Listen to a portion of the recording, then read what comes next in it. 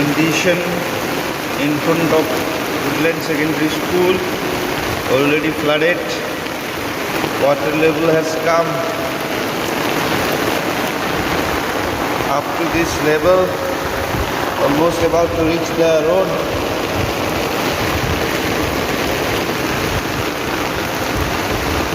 You can see the Woodland School playground already flooded. It's full of water.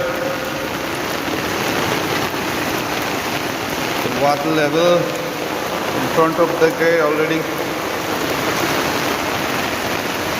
See the condition, everywhere water and water and water. And this is, just see the condition of this canal, how the water is coming out. It seems to be like it's a big river.